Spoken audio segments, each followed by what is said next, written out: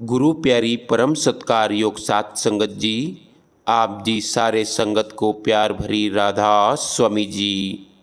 गुरु प्यारी सात संगत जी, जिस प्रकार आकाश से गिरा हुआ जल किसी न किसी रास्ते से होकर समुद्र में पहुंच ही जाता है, उसी प्रकार निस्वार्थ भाव से की गई किसी की सेवा और प्रार्थना किसी न किसी रास्ते से परमात्मा तक पहुंच ही जाती है। संत कहते हैं कि दिन हुआ है तो रात भी होगी, मत हो उदास बंदे, भजन करेगा तो बात भी होगी। इतना प्यार करते हो तुम मुझसे, एक समय ऐसा भी लाऊंगा कि भजन सिमरन पर हर रात अपनी मुलाकात भी होगी। गुरु साहिब फरमाते हैं कि हे जीव, वह दिन याद कर जब तू माँ के पेट में उल्टा लटका हुआ था। वहाँ तुमने मालिक से अरदास की थी, प्रार्थना की थी कि मैं यहाँ बहुत दुखी हूँ, मुझे यहाँ से बाहर निकालो। मैं यहाँ से निकलकर तुम्हारी सेवा करूँगा, भक्ति करूँगा, ताकि जन्म मरण के दुखों से, चक्र से हमेशा के लिए मुक्त हो सकूं। लेकिन जब हम बाहर आते हैं, इस संसार के माया चक्र आकर सब भूल जाते हैं। जब तक अपने ख्याल को परमात्मा के साथ नहीं जोड़ते, हमारा मनुष्य जन्म में आने का उद्देश्य पूरा नहीं हो सकता। जो गुरुमुख हैं, मालिक के भक्त और प्यारे हैं, वे तो देह और शरीर के अंदर जाकर परमात्मा की खोज करते हैं। बाकी लोग तो वहमों भ्रमों में फंसकर अपनी कीमती वक़्त को व्यर्थ नष्ट कर रहे हैं। जो लोग देह और शरीर के बाहर उस नाम रूपी वस्तु को ढूंढने में लगे हुए हैं, वे तो बेचारियों की तरह अपने कीमती वक़्त को बर्बाद कर रहे हैं। अगर कोई सच्चे से सच्चा गुरुद्वारा है, मंदिर है, मस्जिद है, ठाकुर द्वारा है, गिरजा है, तो वह सिर्फ हमारा शरीर है। हमारा शरीर ही मालिक के रहने का असली हरि मंदिर है। जब भी हमें परमात्मा से मिलने का अनुभव होगा, केवल अपने शरीर में होगा, अपनी देह में होगा। प्यारी साथ संगत जी, जिंदगी 4 दिनों की है। लाख सेवा कर लो, लाख फतेह बुला लो, लाखों बार गुरु घर चले जाओ, लाखों बार गुरु के पीछे दौड़ लो। मुक्ति होगी तो केवल नाम जपने से होगी। इतने कठोर शब्दों का प्रयोग सतगुरु हर सत्संगों में करते हैं कि भाई, जो कुछ होना है भजन सिमरन से होना है। गुरु प्यारी साथ संगत जी, जब कोई आत्मा भजन सिमरन पर बैठती है तो काल की शक्ति उसे रोकने की बहुत प्रयास करती है, ध्यान को भटकाती है। पर हमें अपने मकसद से पीछे नहीं हटना है। हमारा मकसद सिर्फ भजन सिमरन होना चाहिए। इस संसार रूप माया नगरी में जीवन एक सपने के समान है। इसमें दुख ही दुख है। इन दुखों का अंत केवल नाम शब्द के अभ्यास से ही हो सकता है। सो गुरु प्यारी साथ संगत जी, आज का यह सत्संग गुरु घर की शबद धुन की बानी में से होने जा रहा है। आप जी सारे संगत से विनती की जाती है कि सत्संग को ध्यानपूर्वक सुने और सत्संग वीडियो आरंभ करने से पहले हर बार की तरह आप जी से एक छोटी सी विनती की जाती है कि जो भी भाई बहन चैनल पर नए हैं तो कृपया चैनल को सब्सक्राइब करके बेल नोटिफिकेशन को ऑल पर ज़रूर दबा देवे जी। तो आइए अपने अपने संत सदगुरु को याद करके आज का यह सत्संग वीडियो आरंभ करते हैं। गुरु प्यारी साथ संगत जी, आज का यह सत्संग धनी धर्मदास जी की छोटी सी वाणी में से होने जा रहा है, जो कि इस प्रकार है। सत्संग के वचन। घड़ा एक नीर का फूटा, पत्र एक डार से टूटा, ऐसे ही नर जात जिंदगानी, अजहु नहीं चेत अभिमानी। आप जी कहते हैं कि हे जीव, तू सावधान होकर सोच कि तेरी जिंदगी कितने दिनों के लिए है। तू इस क्षण भंगुर जीवन का मान क्यों करता है? यह शरीर कच्चे बर्तन के समान है जिसमें प्राणों का प्रवाह चल रहा है। पता नहीं कब जीवात्मा रूपी पक्षी शरीर रूपी पिंजरे में से उड़ जाएगा।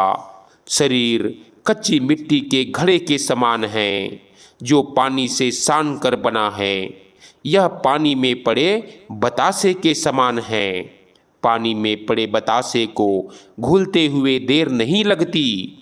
इसी तरह से शरीर रूपी कच्ची मिट्टी के बर्तन को घुलते हुए भी देर नहीं लगती। यह शरीर कागज की किश्ती के समान है। इसकी डोर कुल मालिक के हाथ में है। जिस तरह कुल मालिक नचाता है उसी तरह से सब जीव नाच रहे हैं। आप जी कहते हैं कि मैं तो जीवन के बाजार में झूठे मायावी पदार्थों के व्यापार में लगा हुआ था, परंतु मेरे सतगुरु कबीर दास जी परमात्मा की सच्ची भक्ति के व्यापार में लगे हुए हैं। आपका भाव है कि नाशवान शरीर में बैठकर परमात्मा की सच्ची भक्ति द्वारा परमात्मा के साथ मिलाप का सच्चा व्यापार कर लेना चाहिए, ताकि मनुष्य जन्म मिलने का उद्देश्य पूरा हो जाए। अगली कड़ी में आप जी कहते हैं कि जिस प्रकार कच्चा घड़ा टूट जाता है और वृक्ष से पत्ता टूटते देर नहीं लगती, उसी प्रकार मनुष्य शरीर का नाश होते देर नहीं लगती। परंतु अहंकार से ग्रस्त जीव सावधानी से काम नहीं लेता। सुंदर शरीर को देखकर इसका अहंकार करने की भूल नहीं करनी चाहिए, क्योंकि इस संसार में जिंदगी 4 दिन का खेल है। जब प्राण निकल जाएंगे तब कोई भी दुनियावी पदार्थ काम नहीं आएगा। स्त्री, पुत्र, सज्जन, मित्र और परिवार के सब जीवों का साथ छूट जाएगा। इंसान को चाहिए कि लोभ, चतुराई और मान अहंकार छोड़कर और सभी भ्रमों से मुक्त होकर संसार में विचरण करे। यह शरीर सदा नहीं रहता। संसार और शरीर का मोह छोड़कर परमेश्वर के नाम के साथ प्रेम करना चाहिए। धर्मदास जी कहते हैं, मेरी हाथ जोड़कर बेनती है कि तुम इस पराये देश को छोड़कर धूर्धाम रूपी अपने असली देश पहुंचने की कोशिश कर लो। धर्मदास जी बार बार सभी बाहिर्मुखी साधनों की ओर से ध्यान मोड़कर सतगुरु की समझाई युक्ति के अनुसार सुरत शब्द के अभ्यास की ओर ध्यान देने की प्रेरणा देते हैं। आप कहते हैं कि हे सतगुरु, मैं आपके चरण पकड़कर विनती करता हूँ कि मुझे सच्चे नाम की पहचान करवा दीजिए। अनंत जन्मों से सोया हुआ मेरा मन जीवन के वास्तविक उद्देश्य के प्रति अचेत है। आप कृपा करके शब्द का चाबुक मारकर सोए हुए मन को जगा दीजिए। मेरे अंदर अज्ञानता का अंधकार भरा हुआ है, मुझे कुछ सूझता नहीं है। आप दया करके मेरे अंदर सच्चे ज्ञान का दीपक जला दें। मेरे अंदर विषय विकारों की जहरीली लहरें उठ रही है। आप अंदर शब्द के अमृत की बूंद बरसा दें। मैं गहरे दरिया की धारा में बहता जा रहा हूँ। आप मेरे जीवन की नैया को पार लगा दें।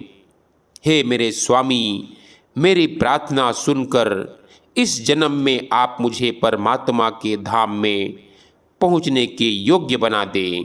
आप जी जीवात्मा की ओर से प्रार्थना करते हैं कि हे साहिब, आप अपनी बड़ाई का ध्यान रखते हुए हम पर दया की दृष्टि डाल दें। मैं ऐसा दीनहीन पक्षी हूँ जिसकी ना चोंच है, ना पंख है और ना बाल है। आप शीघ्र अति शीघ्र मेरी हालत देखकर मुझ पर दया करें। आप सतलोक के वासी हैं, मुझे इस असहाय व्यवस्था में न छोड़ें। मैं दिन रात संशय और भ्रम में पड़ा रहता हूँ तथा काम, क्रोध, अहंकार आदि विषय विकारों ने मुझे अपने जाल में फंसाया हुआ है। इन विषयों के कारण मेरे लिए आपका नाम जपना असंभव हो गया है। सच पूछे तो धिक्कार है इस संसार में ऐसे जीवन पर। मैं जब से आपके निज धाम और आपके चरण कमलों से बिछड़ा हूँ, तब से अनंत बार देह का चोला धारण करके संसार में आया हूँ। मैं अनंत काल से तीनों पाप से ग्रस्त हूँ, जिसके कारण मैं कभी भी सुख की सांस ना ले सका। हे प्राणों के स्वामी सतगुरु, आप मेरे भले को मुख्य रखकर युगों युगों से आवाज़ें देकर मुझे जगा रहे हैं, पर मोह माया और दुनिया के पदार्थों के प्रेम में ग्रस्त होने के कारण मैं सदा अचेत और लापरवाह रहा हूँ। मैं आपसे दूर ही रहा और कभी भी आपके नज़दीक न आया। हे दया के सागर, मैं जैसा भी हूँ आपका दीनहीन, निर्बल, अज्ञानी जीव हूँ। मैं तो बस आपका ही दास हूँ। आप मेरे सारे अवगुणों का नाश करके मुझे काल के जाल से छुड़ा लीजिए। काल के जाल में फंसे हुए जीवों को उसकी कैद से आज़ाद करवाने वाले हे सतगुरु, आप मेरे हृदय में बस जाएं। आप मुझ पर दया मेहर कर दें ताकि मुझे 84 से छुटकारा मिल जाए।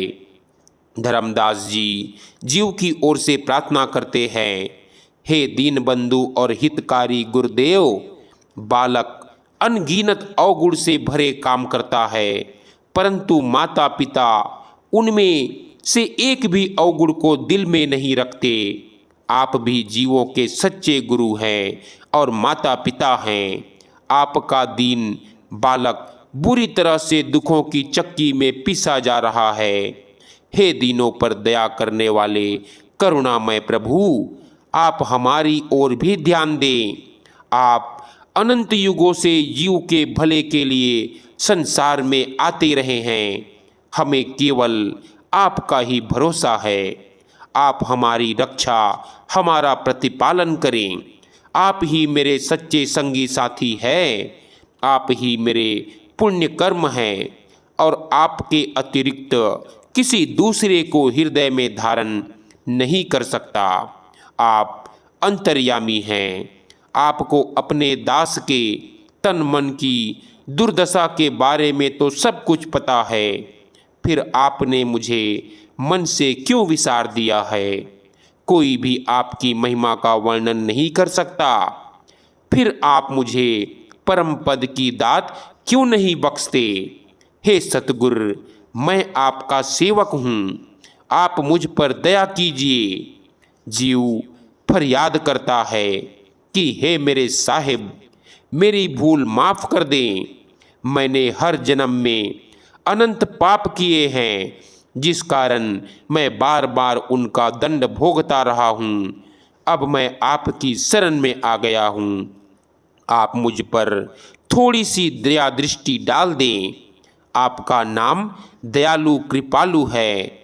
आप ही मेरा एकमात्र सहारा है। मुझ पर ऐसी भयंकर मुसीबत आ पड़ी है कि कोई भी मेरा हित नहीं रहा है। मैं दिन रात आपकी रहमत के लिए तरस रहा हूँ। आप अपने सेवक से दूर न भागें। आप मेरी इस जन्म की भूल बख्श दें और मुझ पर दया की दृष्टि डाल दें। हे सभी सुखों के दाता सतगुरु, मैं आपके आगे हाथ जोड़कर विनती करता हूँ कि आप कृपा करके मुझे शब्द का अमृत जल प्रदान करें, ताकि मैं सदा आपकी भक्ति में लगा रहूं। काल के जाल में फंसे जीवों को छुड़ाने वाले हे दयालु सतगुरु, मेरी विनती सुन लीजिए। आप भली भांति समझ ले कि मैं अव्वल दर्जे का कपटी, चालबाज, धोखेबाज और अपराधी हूँ। आपका नाम पापियों का उद्धार करने वाला है। मुझे उस नाम की दीक्षा दे दीजिए। आप मेरे पुण्यों और पापों की परख किए बिना मेरी 84 की फांस काट दीजिए। हे दया के भंडार, मैं अपनी बुद्धि के अनुसार आपसे प्रार्थना कर रहा हूँ। आप मेरे शब्दों की परख ना करें और मुझ पर दया करें। हे मेरे प्रभु, मैं दिन रात विनाशकारी विषय विकारों में लिप्त रहता हूँ, जिस कारण मेरा शरीर क्षण क्षण क्षीण होता जा रहा है। मैं 60 जन्मों अर्थात जन्मों जन्मांतरों से अपराध करता आ रहा हूँ। आप इस बार मुझे माफ़ कर दें। ऐ मेरे साहिब, मेरी नैया भवसागर में डूबती जा रही है। मेरे अंदर काम क्रोध की विकराल लहरें उठ रही है और मोह की आंधी नाव को डावाडोल कर रही है। मेरे हृदय में लोभ का भंवर घूम रहा है और मेरी नाव ऐसे भवसागर में है जिसके ना इधर के किनारे का पता है और ना ही उधर के किनारे का पता है। मेरी नैया कपट के विकराल भवसागर में फंसी हुई है। काल अपनी फांस लेकर मेरे सिर पर खड़ा है। मैं आपकी शरण में आ गया हूँ, क्योंकि केवल आप ही मेरी फांस काट कर मेरा भवसागर से उद्धार कर सकते हैं। कबीर साहिब कहते हैं, हे धर्मदास, केवल सतगुरु की शरण द्वारा ही भवसागर से पार उतरना हो सकता है। हे सतगुर, मैं आपकी दर्शन के बिना बावरी हो गई हूँ। कृपया करके अपना दीदार बख्श दें। मैं आपके रास्ते में खड़ी आपका इंतजार कर रही हूँ। हे मेरे स्वामी, आप दया करके अपनी झलक दिखला दीजिए। रत्नों से सुसज्जित शरीर रूपी कोठरी पर हीरे के दरवाजे लगे हुए हैं। आप प्रेम की कुंजी से ताला खोलकर अंदर रखे हुए अमूल्य पदार्थों का दर्शन करवा दीजिए। हे सतगुर, आपका दास आपकी भक्ति को भूल गया है, परंतु आप बख्शिंद हैं। आप दास की विनती सुनकर उसका भवसागर से उद्धार कर दीजिए। यही संत सूरदास जी के बोल हैं, रे मन मूरख जन्म गवायो, कर अभिमान विषय रस गिधियो, श्याम शरण नहीं आयो। प्रभु भक्ति के बगैर मनुष्य का जन्म कितना सारहीन है। सूरदास जी यही फरमाते हैं कि भ्रमों में पड़कर असमंजस में ही उसका सारा जन्म बीत जाता है। झूठे माया जाल में फंसकर अंतर और बाहर दोनों ही आंखों से अंधा हो जाता है। सही क्या है और गलत क्या, इसका विवेक ही नहीं रहता। जन्म के कष्ट से माँ को दुख दिया और स्वयं भी दुख झेला, लेकिन फिर भी तीनों लोकों के स्वामी प्रभु को याद नहीं किया। उन्हें भुला दिया। उनका सुमिरन क्यों नहीं किया? कभी हरि की कथा, मालिक के उपदेशों को नहीं सुना। संसारी भुलाओं में भटकते हुए मृत्यु का समय आ गया। सूरदास जी कहते हैं, सारा संसार मृत्यु के सागर में डूबा हुआ है। केवल भगवान का भक्त ही प्रत्येक युग में इससे पार होता आया है। कहते हैं कि अरे मेरे मूर्ख मन, तूने यह जन्म व्यर्थ ही गंवा दिया। अभिमानवश सारी विषय वासनाओं के सुखों में ही लिप्त रहा, प्रभु की शरण में नहीं आया। यह सारहीन संसार सेमर के फल की तरह है। देखने में सुंदर लगता है, लेकिन जब तोता उससे आकर्षित होकर खाने के लिए अपनी चोंच मारता है तो रुई निकलकर उड़ जाती है। तोते के हाथ कुछ नहीं लगता। यही हाल मनमुख व्यक्ति का है। वह संसारी भोगों में आसक्त होकर कई पाप कर बैठता है, फिर बाद में पछताता है, लेकिन उससे कुछ लाभ नहीं होता। पापों का फल तो भोगना ही पड़ता है। सूरदास जी सीख देते हैं कि समय रहते प्रभु का भजन ना करने पर सिर पीट पीट कर पश्चाताप करना ही शेष रह जाता है। व्यक्ति सोचता है कि अभी तो संसार के बहुत से काम हैं, बुढ़ापा आने पर या अवकाश होने पर परमात्मा का सुमिरन भजन कर लेगा, लेकिन कब क्या होना है यह कौन जानता है। मृत्यु का समय किसी को ज्ञात नहीं है। माता के गर्भ में 10 माह तक उल्टा लटका रहा, तब भी दुख झेला, चैन नहीं मिला। बचपन खेल कूद में बिता दिया, युवावस्था में धन संग्रह करने में व्यस्त रहा। अब जब वृद्ध हो गया, हाथ पैर शिथिल हो गए, मन बुद्धि साथ नहीं देते, शरीर ने साथ देना छोड़ दिया, तब क्या कर सकता है। अब तो सुमिरन भजन के लिए बैठने की शक्ति भी नहीं है। अरे मनुष्य, प्रभु को भुलाकर नाम अभ्यास किए बिना तुमने अपना जीवन व्यर्थ ही बर्बाद कर दिया। आप कहते हैं राम नाम न सुमरियो एक घड़ी, परम भाग सुकृत के फलते सुंदर देह धरी। सूरदास जी कहते हैं कि बड़े ऊंचे भाग्य हो तो प्रभु की कृपा से सुंदर मनुष्य शरीर मिलता है, लेकिन अभागा जीव इस मौके को व्यर्थ के कामों में गंवाकर खाली हाथ चला जाता है। यह सुअवसर अपने मिलने से प्रभु के नाम के सुमिरन नहीं करता। 84 के चक्कर में विचरते हुए जीव ने अनेकों प्रकार के कष्ट सहे, लेकिन तब तो प्रभु भक्ति करना संभव नहीं था। जब मनुष्य देह मिली तो प्रभु को भूल गया। काम क्रोध लोभ मोह और अहंकार के वश में होकर जीवन बिता दिया। भरा पूरा परिवार होने पर भी कुछ काम सिद्ध नहीं होगा। परिवारजन केवल शरीर रहने तक ही साथ दे सकते हैं। मृत्यु होने पर वे तो शरीर को घर से बाहर ले जाकर जला देंगे और बांस से सिर को ठोक कर कपाल क्रिया कर देंगे। मरने के बाद भी कोई सहायता करने के बदले जो कुछ पूंजी तूने कहीं गाड़ कर रखी थी, वे उसी को संभालने में लगे रहेंगे। सूरदास जी कहते हैं जब काल की फांसी गले में आ पड़ती है, अर्थात मृत्यु का समय आ पहुंचता है, तब पर लोक संवारने के लिए कोई भी साधन करते नहीं बन पड़ता। सूरदास जी जीवात्मा को समझाते हैं कि हे प्राणी, अपने मन में अच्छी तरह समझ लो कि केवल प्रभु ही हमारे सच्चे हितैषी हैं, अन्य कोई नहीं। संसारी लोग तो मतलब के साथी हैं, अपने सुख के लिए एक दूसरे से नाता जोड़ते हैं, मतलब पूरा हो जाने पर कोई किसी का नहीं है। अब धनी धर्मदास जी प्रभु के आगे प्रार्थना करते हैं कि हे प्रभु, मेरा आपके अतिरिक्त कोई दूसरा आश्रय नहीं है, इसीलिए मैं आपके चरण छोड़कर कहाँ जाऊं। मैंने सारे संसार की परख करके देख लिया है कि यहाँ कोई भी सच्चा साथी नहीं है।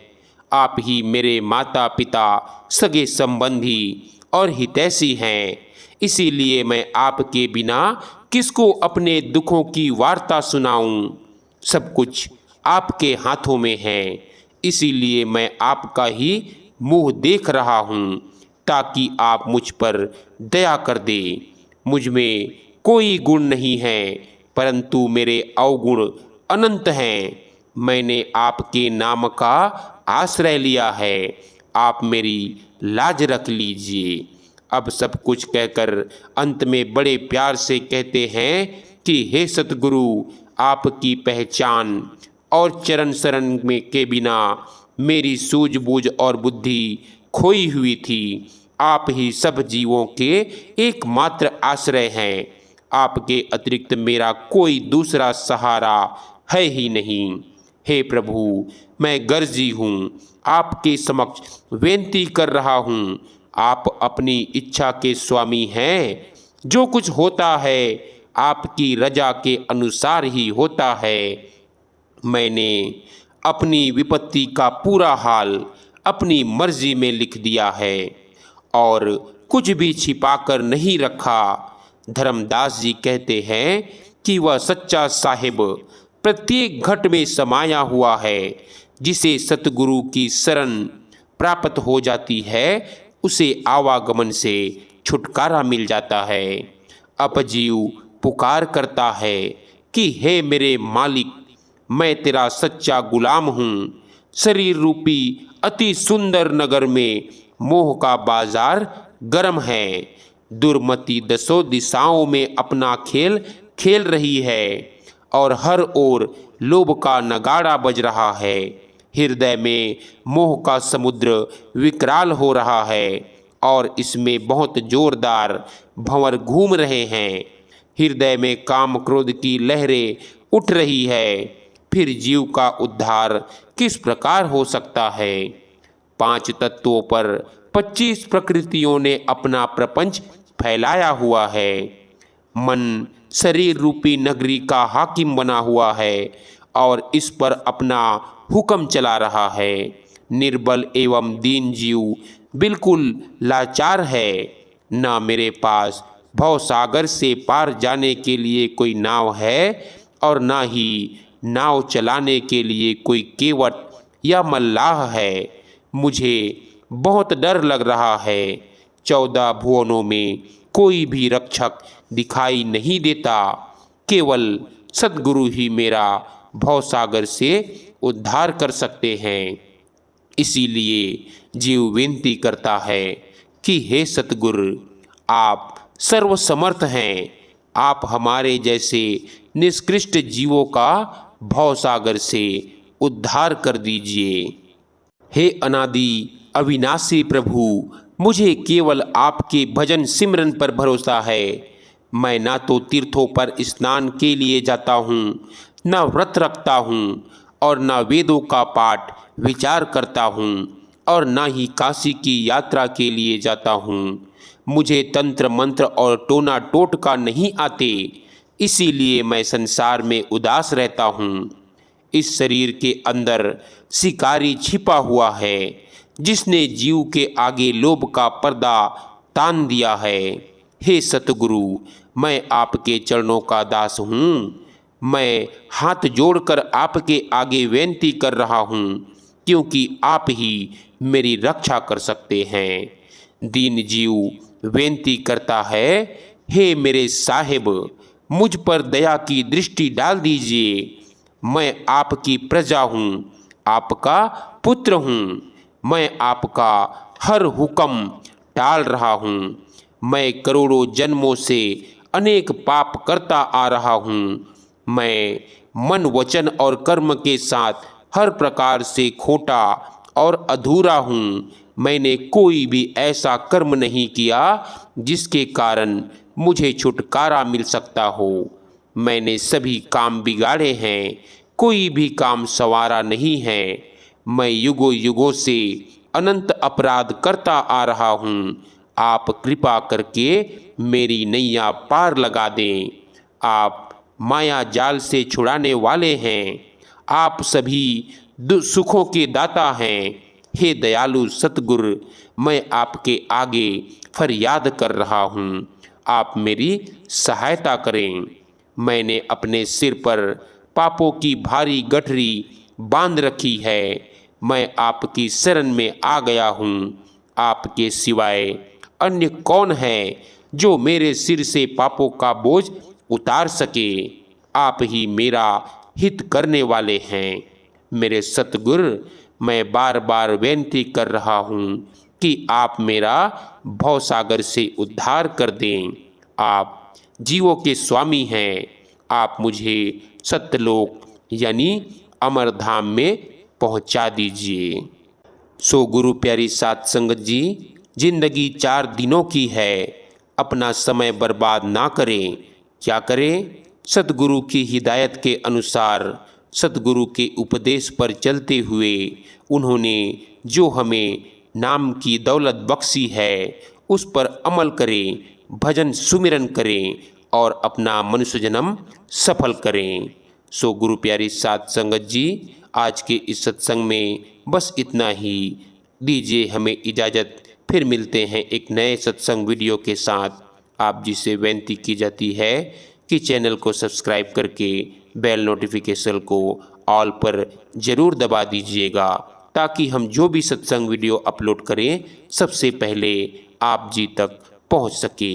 आप जी से एक छोटी सी विनती और की जाती है कि सत्संग वीडियो को अपने सत्संगी भाई बहनों के साथ शेयर भी जरूर करें जी। राधा स्वामी जी।